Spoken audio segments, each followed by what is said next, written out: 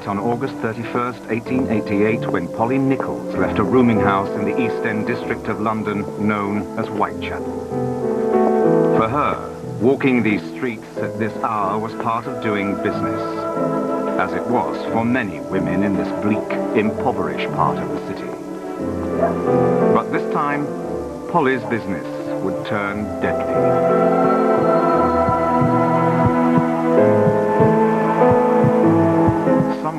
In the darkness, she met a knife-wielding stranger with a ruthless motive. This stranger would kill repeatedly during the next 10 weeks, always suddenly, always silently. And with each victim grew a murderous legacy that spread suspicion, fear, and panic. And even now, arouses fascination.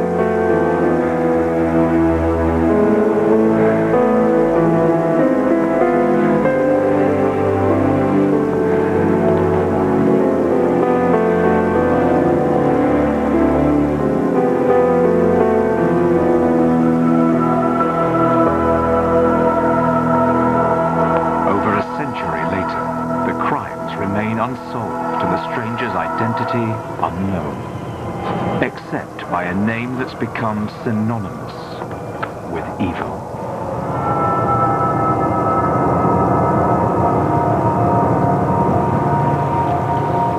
The discovery of Polly Nichols' body at 3:40 a.m. in Bucks Row was in itself no cause for panic in the East End of London.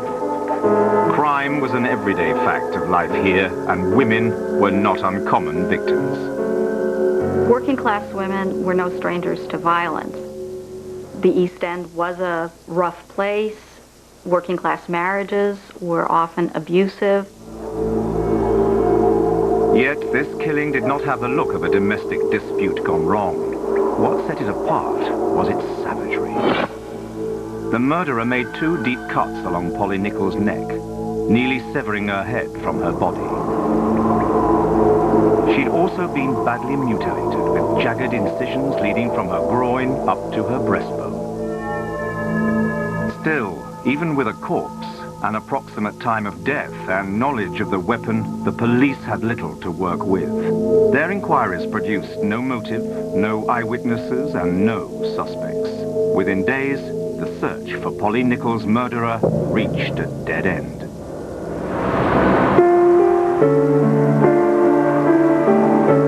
But today, many are still hot on the killer's trail. From around the world they come, drawn to hear the grisly tale of murder and mayhem. And as far as this story is concerned, its own police force. It's called the Ripper Walk, one of many attractions that, along with books, articles, films, and internet websites, support a multi-million-dollar industry born of a killer's brutality. Violence was very much a part of these women's lives. And in the months preceding the Jack the Ripper murders, 2 prostitutes had already been brutally murdered. In 1888, the idea of touring Whitechapel on foot would have struck most Victorians as sheer folly. A dismal, densely populated slum, it was home to the outcasts of society who eked out a meagre living not far from the hallowed halls of government. The East End was London's poor quarter, and it was also the area identified with poverty and social problems. Life was hard. Life had, if it had pleasures, they were very immediate. They were momentary. The presence of such squalor in the celebrated capital of the British Empire deeply troubled Victorian author Thomas Henry Huxley. I assure you I found nothing worse, nothing more degrading, nothing so hopeless, nothing nearly so intolerably dull and miserable as life in the East End of London. You've got to sort of look at the East End as sort of a maze of houses, tiny streets, people living 7, 8, 9 in a room, overcrowded tenements, living above cesspits. The children, 55% of them are dead before the age of 5. The women, they can't get work, so they prostitute themselves. East End prostitutes earned very little. It was a very shabby kind of prostitution, perhaps in a lodging house, often sexual encounters in the streets. So notorious was the area, it was known as the evil quarter mile. Now that same quarter mile draws amateur sleuths and curiosity seekers who walk many of the same streets and see many of the same sights as the world's first widely known serial killer. Most of the Ripper's victims were women in their 40s who for one reason or another had abandoned lovers, husbands, boyfriends, families and taken a living on the streets. In appearance, their faces were puffy from drinking too much gin. They had cuts and bruises on their faces. They had teeth missing. You could buy an East End prostitute for 3 pennies, 2 pennies, or a loaf of stale bread. 9 days after Polly Nichols' murder on September the 8th, another brutal slaying occurred in Whitechapel. This time, the victim was a woman named Annie Chapman, an occasional prostitute who worked a local market area. So she went to the market on the 8th of September looking for a customer and was seen talking to a man who's described as a sort of foreign appearance, about in his 30s, wearing a deerstalker hat. They're seen talking outside number 29 Hanbury Street. The man is heard to ask, "Will you?" and Annie Chapman reply, "Yes." It was a short time later that Chapman was found in the backyard of 29 Hanbury Street, having been murdered. A man called Albert Kadosh had come out of his house into the yard of the house next door and had heard a body or had heard something fall against the fence. There's little doubt that she was killed by the same hand that killed Nichols. She'd had her throat cut, she was disemboweled. While Chapman's death was more violent than Polly Nichols', the police were convinced the 2 killings were the work of the same person. Yet, given the evidence-gathering methods of the time, investigators were limited in their options. Police can do very little except draft in extra reinforcements. It's hard to recognise now sort of how little in the way of scientific evidence the police would have been able to collect. You didn't have fingerprints, you didn't have blood groupings, you didn't have DNA. Just 8 years before the murders, Scottish physician Henry Falls published an article on the value of finger impressions as a means of criminal identification.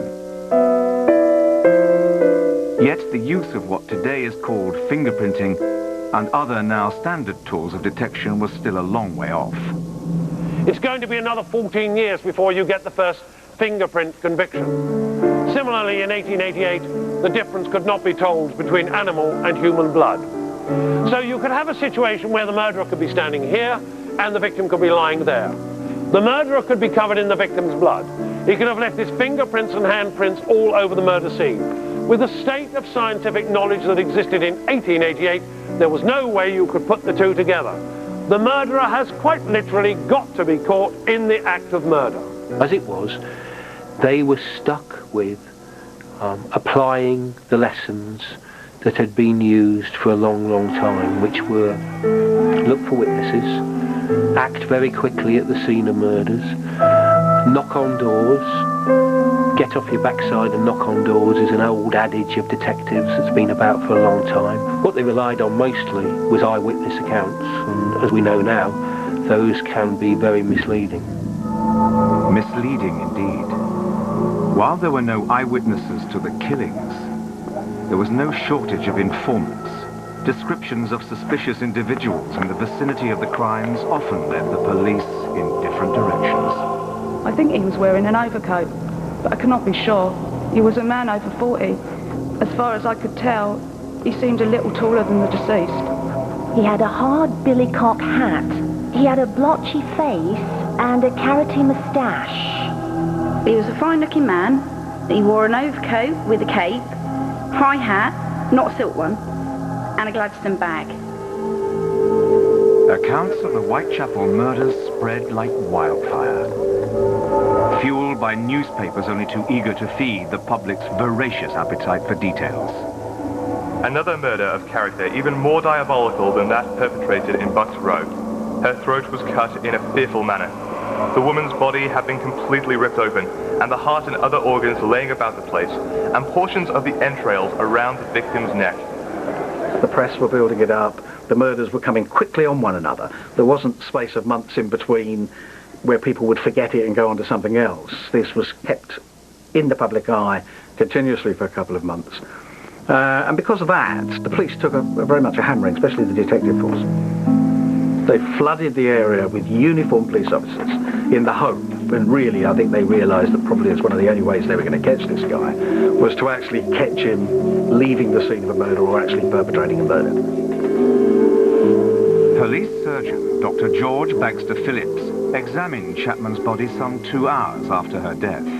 His conclusions narrowed the field of potential suspects. The injuries could have been done by such an instrument as a medical man used for post-mortem purposes. Those used by slaughtermen might have caused them. Knives in the leather trade would not be long enough in the blade. The mode in which these portions were extracted showed anatomical knowledge. Obviously the work was that of an expert. When Phillips' report was made public, it unleashed a frenzy of accusation. Immediately suspicion fell upon those who use knives in their work, like doctors, butchers and barbers. A lot of people made out that he was a doctor, a surgeon. No, it's not a surgeon, it's a surgeon. He was a hack. And, you know, I think most people just hacking a body would find those sort of things anyway. They'd find the womb and things like that without any problem. Later reports conflicted with Dr. Phillips' assertion. But by then, the court of public opinion, aided by the press, had turned to more convenient, non-English suspects.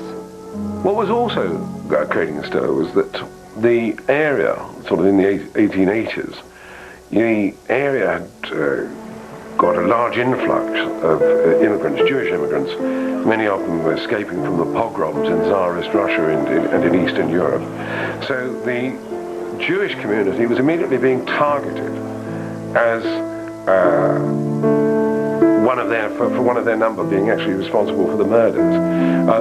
It was said no Englishman would do such a terrible thing, and so the Jews were immediately the scapegoat for the murders. One early suspect was a local Jewish shoemaker, known for harassing prostitutes, and by a distinctive nickname. In the yard close to Annie Chapman's body had been found a leather apron, and immediately the word was circulated that one of the local people, a man called John Pizer, that was his nickname, Leather Apron. And so Pizer was arrested and for the Annie Chapman murder. But fortunately, he got an absolutely cast iron alibi as to where he was at the time of the murder, so he was very, very lucky. With the release of John Pizer, the investigation was back to square one. The Whitechapel murders fell under the jurisdiction of Metropolitan Police Commissioner Sir Charles Warren. His Assistant Commissioner for Crime was Dr. Robert Anderson, who picked Chief Inspector Donald Swanson and Detective Inspector Frederick Aberline to head up the investigation. Overall charge of the investigation was given to Chief Inspector Donald Swanson. Now, he is often described as the office man in charge at Scotland Yard, but he did in fact go out and do some inquiries himself, so he was very much part of the investigation as well as overseeing it. Aberline was an ex-watchmaker, very meticulous man. He was into surveillance, and there's a fair bit of evidence that they disguised a lot of detectives out on the ground. And also you had the vigilance committees on the street and private individuals who thought they were going to catch the murderer on the street. The vigilance committees were made up of local residents frustrated by what they saw as the police's lack of progress. Among them, George Lusk headed Whitechapel's most prominent vigilance committee. He was a vocal critic of the investigation who would later play a more direct role in the case. Then, on September the 27th, a startling development. Now, 19 days after the second murder, a letter arrived at the Central News Agency. Dear boss, I keep on hearing the police have caught me, but they won't fix me just yet. I have laughed when they look so clever and talk about being on the right track. That joke about Leather Apron gave me real fits. I'm down on oars, and I shan't quit ripping them till I do get buckled. Grand work the last job was. I gave the lady no time to squeal. How can they catch me now? I love my work, and want to start again. You will soon hear of me with my funny little games. My knife is so nice and sharp, I want to get to work right away if I get a chance. Good luck. Yours truly, Jack the Ripper. Every weeknight at 8.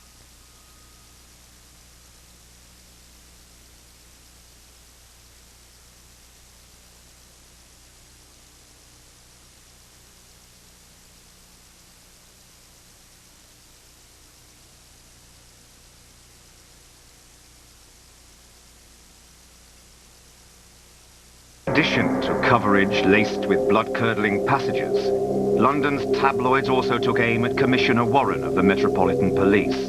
Their editorials and cartoons demanded his resignation. Meanwhile, life for many in the East End grew more desperate. In the area, you've got there's panic among the prostitutes. For one Whitechapel prostitute, Elizabeth Stride, working the streets took its toll. She's crying there. She's afraid. She's afraid of being killed by Jack the Ripper. Liz Stride's fears were prophetic. On September 30th, 3 days after the Ripper letter appeared, she met her final customer, but this time there was a witness.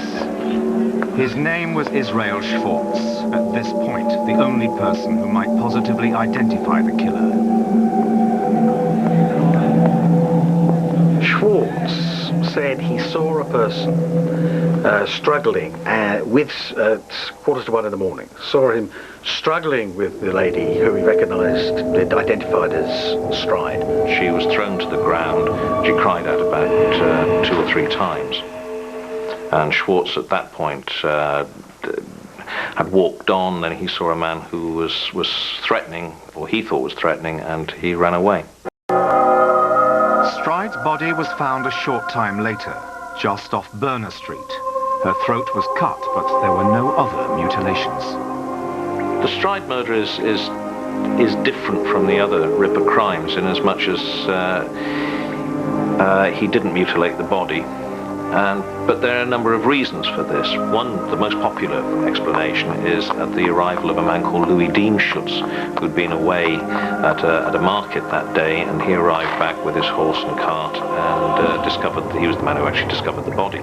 It's thought that his arrival, that the Ripper was probably hiding in the shadows somewhere and then made his escape whilst there was all the confusion going along following the discovery of the body. The killer fled west a few blocks, encountering another woman outside a nearby church. But of course in 1888, all the traffic was horse-drawn and moved at a much slower pace than it does today. So this made the street in front of this church a good place for the prostitutes to pick up customers. The only problem was that if the prostitute stood still and didn't keep walking about, then she could be arrested by the police for soliciting. So what the prostitutes did, and this is why I referred to this church as the prostitutes' church, they used this church like a traffic roundabout. If you can imagine long lines of prostitutes going round and round and round the church. On the other side of the street, not far from this church, Catherine Eddowes was picked up by Jack the Ripper. Eddowes was seen at 1:35 a.m. talking to her killer with her hand on his chest. Within 10 minutes of last being seen, Catherine Eddowes was dead. At 1:45 a.m., a police constable found her mutilated body in Mitre Square, only a few hundred yards from the church. The face had been slashed down both cheeks. There may have been an attempt to cut off one of her ears. One of the cuts had gone through the tip of her nose, which dropped off into the clothing when the body was picked up. The throat had been cut back to the spine. The clothes had been pushed up, forced up. The insides lifted out and dropped over her right shoulder. And nobody had seen or heard a thing. Not the policeman on the beat, the policeman and his family there, the night porter there, or the witnesses out there. Now remember, this is the second killing in 40 minutes. The pair of killings would become known as the double event. The double killing is believed to have occurred because he was so psyched up after the first killing, he hadn't time to complete what he'd wanted to do. Police were certain the Ripper had committed both crimes because of their proximity and an eyewitness, Israel Schwartz.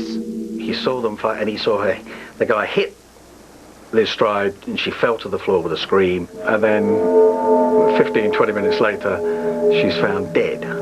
From my point of view, and from most people's point of view, that's important because if you think it's possible that Liz Stride was attacked by 2 people that night within 15 minutes of each other, the chances of that may be a little remote.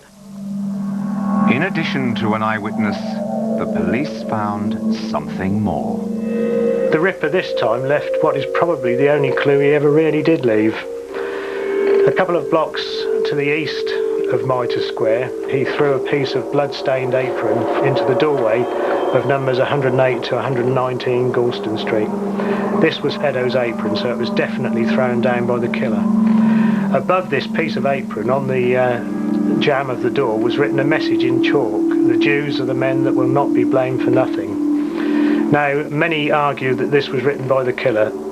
And there was, again, an upsurge of anti-Semitic feeling.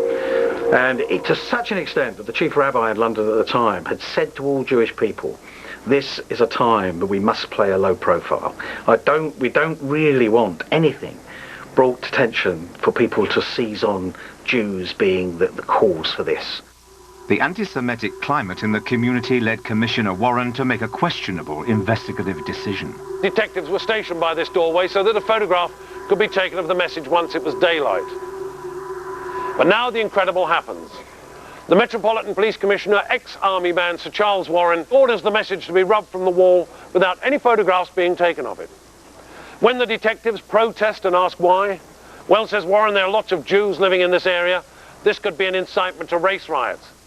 Well, I think the erasing is a move of mammoth stupidity, considering that they did have cameras at the time and they could have, you know, they could have photographed it if it was relevant, and I suppose out of its erasing has arrived the great conspiracy theories. I think I rather agree with some other commentators of the time or later that there was massive amounts of graffiti about, so it may mean absolutely nothing. As for the piece of apron, the only real benefit that has to us, the only real clue that it provided, is that it shows the direction that the Ripper left when he left from Mitre Square. It shows that Jack the Ripper was heading back into the East End of London. He wasn't heading into the wealthier city. And that's really the only clue that the apron provides us. It shows us the way that the Ripper was moving and the probability of where he was living, or at least where he was trying to make his escape to. Police surgeon Dr. Frederick Gordon Brown performed the autopsy on Catherine Eddowes. The peritoneal lining was cut through on the left side, and the left kidney carefully taken out and removed. To have removed the kidney and to know where it was placed, such a knowledge might be possessed by someone in the habit of cutting up animals.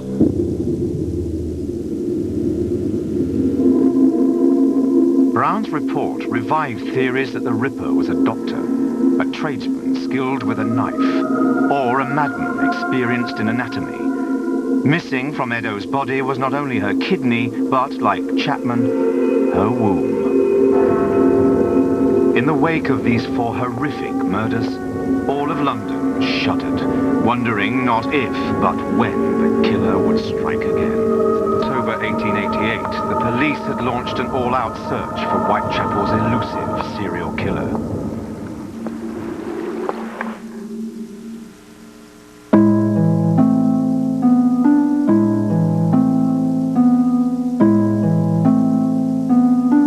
Following the double event, police patrols in the area increased dramatically with undercover detectives, some disguised as women working the docks. Police also posted warnings for women to stay off the streets. But for the East End's prostitutes, this was hardly an option. For the women who kept going out on the streets, for those casual prostitutes, life was already a gamble. They were living on the margins economically. That gamble just got harder and the stakes just got much more drastic. They were on the streets all night long, right through the murders.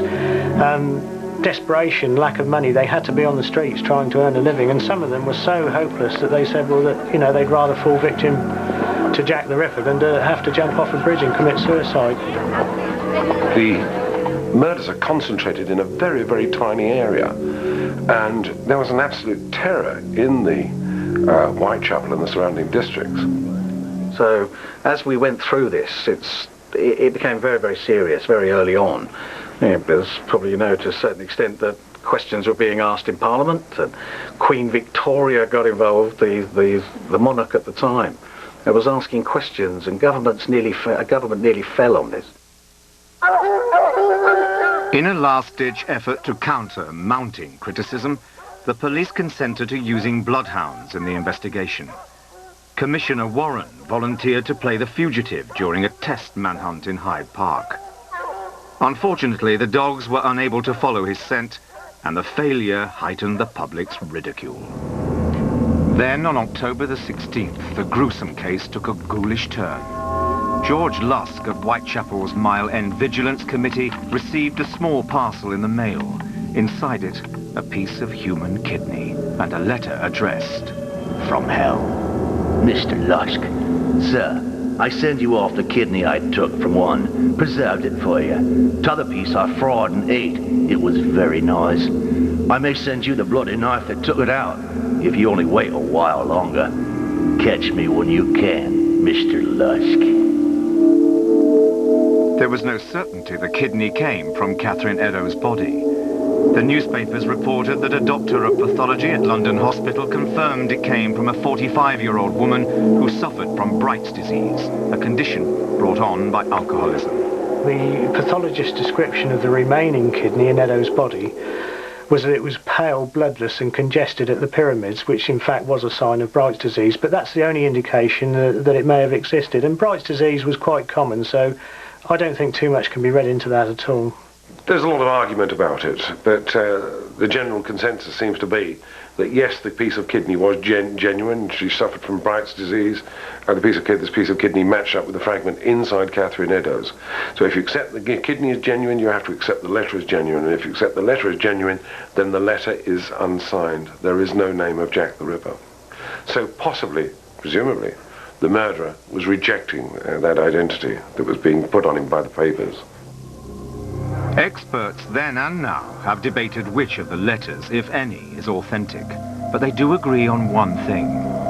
Searching for a killer who targets random strangers is a daunting investigative challenge, even today. We're very fortunate. This is why the police officers in those days had a far harder job than police officers today. We have got professionals to help us. We can go, to the FBI or have our own people do offender profiling and come up with a profile of what the guy will look like and how he will act, etc., etc. During the late 1880s, in the wake of Darwin's theory of evolution, criminology linked human behavior to biological factors. Distinctive physical traits and facial features were believed to reveal criminal types, who were seen as more ape-like creatures, not as fully developed as most humans.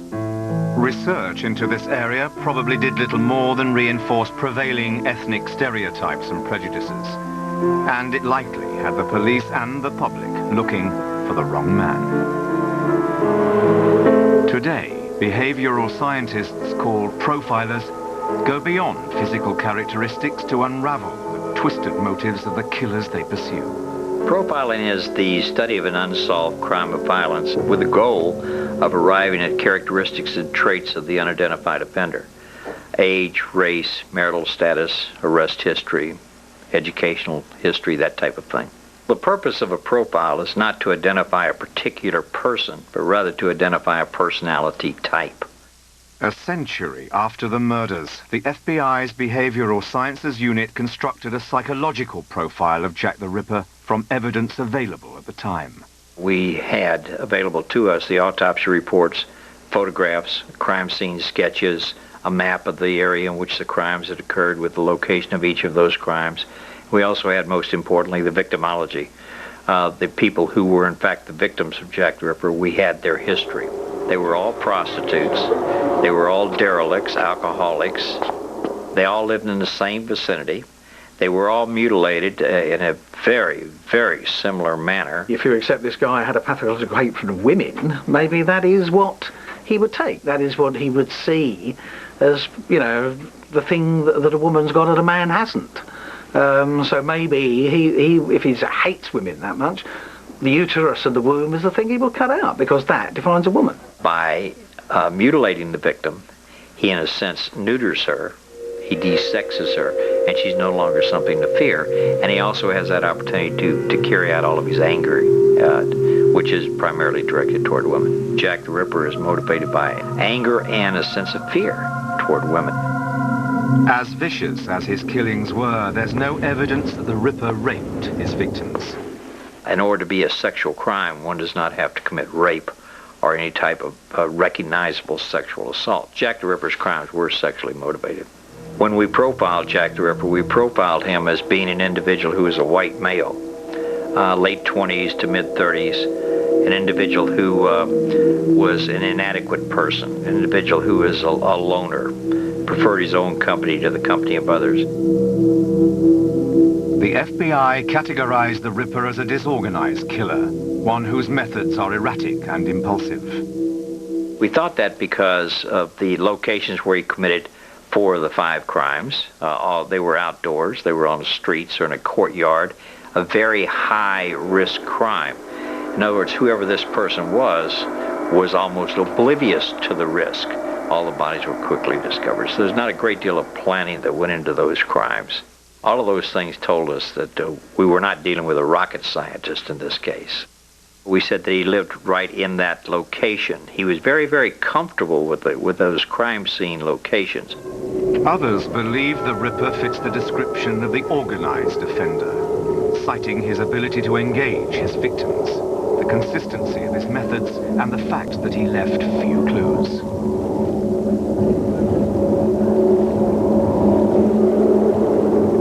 Jack the Ripper is a sexual deviant whose attacks become, to my mind, increasingly frenzied.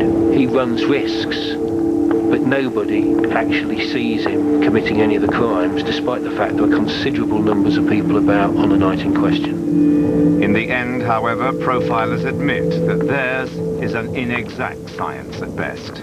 Profiling is nothing more than an opinion of the individual preparing the profile. It's not a science, it's an art. November 9th, 1888. Over a month after the double event, an uneasy calm had settled on the Whitechapel district. Mary Jane Kelly, a young woman in her 20s, is seen by a witness leaving a pub with a man sometime around 3 a.m. She invites her companion inside her lodging house at 13 Miller's Court. Just before 4 a.m., 3 women living in the room above Kelly reported hearing a cry of murder. But it was hours before her fate was known. She was the 5th victim killed in 10 weeks, all of them murdered within a mile of each other. Mary Kelly was behind with a rent, and a landlord sent someone round to sort of ask her for the rent. And when the messenger didn't get any answer by knocking on the door, he went round to the side of the room where there was a broken window, pushed out the rags and newspaper. Putting his hand through the glass, he pulled back the curtain, and then he saw the body of Mary Kelly.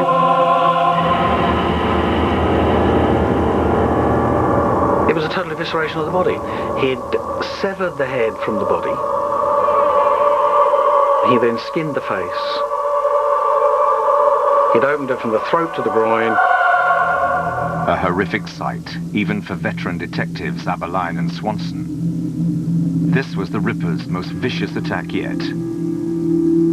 In victim number 5, for the very first time, he had a private environment. And at that point in time, he was not going to be disturbed. So he could engage in every type of deviant, lustful desire that he had without the possibility of being disturbed and without any time constraints. From those sort of killings, once you've done one kind of rip and done one thing, then it gets no thrill for you. You've done it. So each rip gets worse than the one before to get the thrill and the sexual thrill out of it. Political pressures and the strain of the Ripper murders weighed heavily on Commissioner Warren. The day before Mary Kelly's killing, he resigned his position. Assistant Commissioner Robert Anderson remained on as supervisor with Detectives Swanson and Aberline investigating, but police efforts seemed hopelessly thwarted. In a desperate attempt to find Mary Kelly's killer, government authorities offered a pardon to anyone supplying information leading to the apprehension and conviction of the murderer. Now that indicates that they thought that more than one person was involved, or that somebody had information about it. It's a very odd move to make, to go to the Home Office and for the Home Secretary to issue a pardon in advance to a co-conspirator. The pardon offer went unanswered, and for weeks nothing happened. Then, the murders stopped. Just 3 months after Mary Kelly's death, the police reduced their patrols in Whitechapel. The interesting thing for me is the murders stop, but in less time than the time between 2 of the murders in the middle of a series, the whole inquiry has stood down. So I think the cops obviously knew something that we don't know. It was police policy not to release information about unsolved crimes or the progress of ongoing investigations. But as a result, it opened the door to many theories, some wildly far-fetched, about the identity of the Ripper.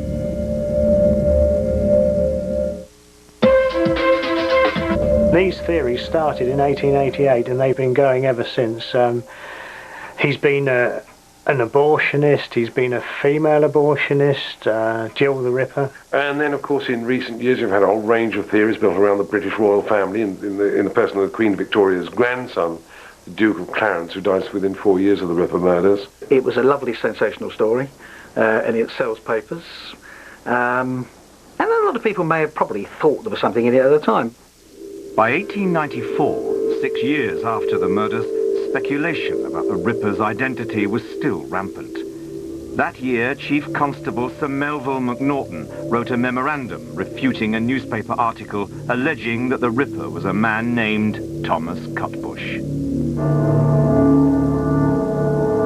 He claimed Thomas Cutbush had been interviewed by police officers and totally exonerated, and he couldn't possibly have done the murders.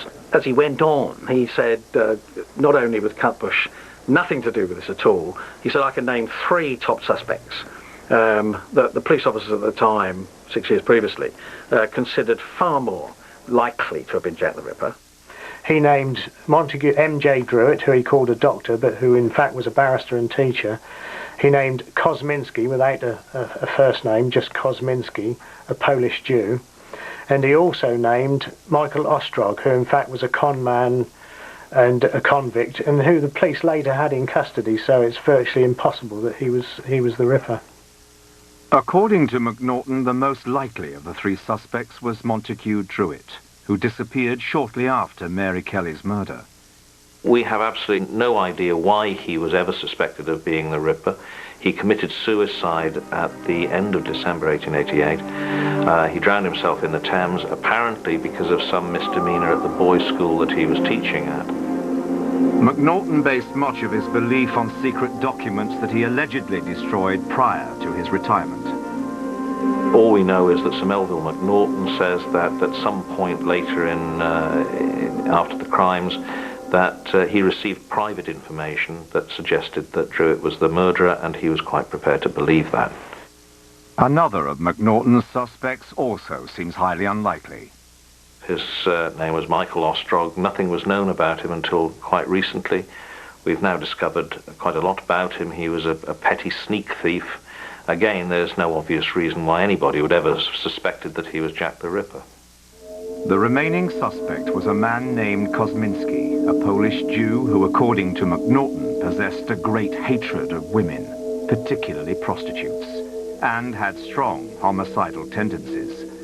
There were many reasons that made Kosminski a prime suspect, but one seemed particularly telling. Dr. Robert Anderson, Deputy Commissioner under Sir Charles Warren, published an autobiography some 20 years after the murders. He called it The Lighter Side of My Official Life. Detective Donald Swanson, who worked under Anderson, had read the book, scribbling notes along the margins. In 1987, a descendant of Swanson had those notes printed in the Daily Telegraph. What they revealed was startling, that Swanson and Anderson knew exactly who Jack the Ripper was. Swanson, in some notes that he made in his own personal copy of Sir Robert Anderson's autobiography, identified that individual as somebody called Kosminski. He wrote in the margin of that book, yes, we did know who Jack the Ripper was at the time, and he said it was Kosminski. And he actually said Kosminski. The same Kosminski Chief Constable Macnaghten had listed in his memorandum. He was a man not unknown to the police. Shortly after Liz Stride's murder, Israel Schwartz identified Kosminski in a police lineup. But there was a problem. Schwartz refused to testify against him. Schwartz identified Kosminski as the man he had seen that night. Now this, of course, is the only evidence the police have got. There's no forensic, nothing else. It's got to be something like this. But Schwartz refused to give evidence at court. He claimed that he was Jewish, Kosminski was Jewish, and he would not have the death of another Jew on his conscience. According to Swanson, the reason he refused to testify was because he knew that his testimony would send this person to the gallows. Without that testimony, police had no grounds to hold Kosminski. He was released into the custody of his brother, who lived in Whitechapel, who looked after him. And he was then, according to all the police records, he was watched continuously. And they followed him 24 hours a day through the East End of London. No more murders ever took place. And then sometime later he was taken from the home, taken to a mental institution, and spent the rest of his time there. A fairly thorough search of asylum records has shown that there's only one Kosminski who was committed to an asylum, and he was committed to Colney Hatch Lunatic Asylum, and his name was Aaron Kosminski. There's only three ways this is going to end, isn't there? It's either the person goes abroad, they die, or they're incarcerated. But all aid was stood down to the East End of London at Christmas 1888. Now that tells you that the police officers then were pretty sure they knew who Jack the Ripper was. To actually cancel all the aid at that early, only a month, 6 weeks after the last murder, tells you they knew, they were convinced, absolutely convinced, that they knew who Jack the Ripper was. The truth is that mutants are very... The Ripper's identity, why they didn't publicize it, becomes another mystery. Speculation has continued for over a century. But there are some who see only one likely suspect. In 1888, they looked at Ostrog, they looked at Druitt, but they were convinced it was Kosminski. Now, people would come up with all different things, but as I said before, if it was good enough for the investigating officer at the time, it's probably good enough for me 110 years later. From my point of view, from a policeman's point of view, all other suspects would go out of the window. Our profile fit one of the suspects almost dead bang. That doesn't mean he did it. It simply means he fit the characteristics and traits that we believe would have been possessed by the individual known as Jack the Ripper. And that was an individual by the name of Kosminski. I believe he was psychotic. I believe that legal term he was insane. I think Jack the Ripper's murder stopped because he got caught. That's what I believe. He was either institutionalized, he was arrested, but he was certainly brought to the attention of the authorities, in my opinion. Kosminski appears the strongest suspect, but with so many conflicting theories, there seems little doubt the identity of Jack the Ripper will continue to be debated. We will never know who Jack the Ripper was for certain. That is patently obvious. In 1888, they didn't know, they had ideas, they didn't know for certain, they certainly couldn't prove it. If they couldn't prove it 111 years ago, we won't prove it today. I think that there are people out there who, the majority of people actually don't want the mystery to be solved at all. The whole name of the game with Jack the Ripper is writing books about it, making money about it, taking people on walks and things like that. But I only personally believe if somebody could tomorrow absolutely conclusively prove who Jack the Ripper was, nobody would believe them at all. So you can imagine him just standing there, sort of enjoying all this. Probably enjoying all the sensation and being one of the crowd watching the effect that he'd achieved.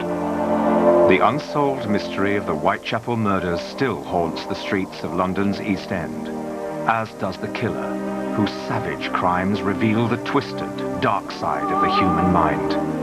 And in some ways he remains with us. The memory of his vague figure, lurking in the shadows, reminds us of our deepest fears and exposes our most dreaded nightmares.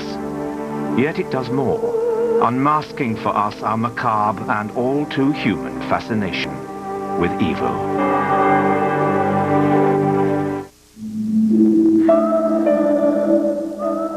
Up next, with fortune and fame as the bait, he led young and beautiful women into his deadly trap. Witness how agents put a stop to this bloody rain on the FBI files and uncover rare and deadly species with home videos and books. Shop our store.